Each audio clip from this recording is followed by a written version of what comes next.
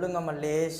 Sir sir எங்க சித்தப்பாக்கு accident ஆகி மண்டப்பான்னு பொழந்துச்சு sir.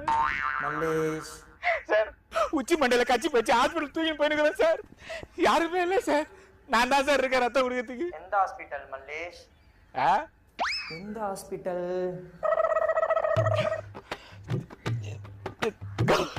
Government hospital sir. அங்கதான் சார் கூட்டிட்டு போயிருக்கேன். மல்லேஷ் உங்க சித்தப்பாவை ஹாஸ்பிட்டல் அட்மிட் பண்ணிட்டு நீங்க ஆஃபீஸ்க்கு வாங்க.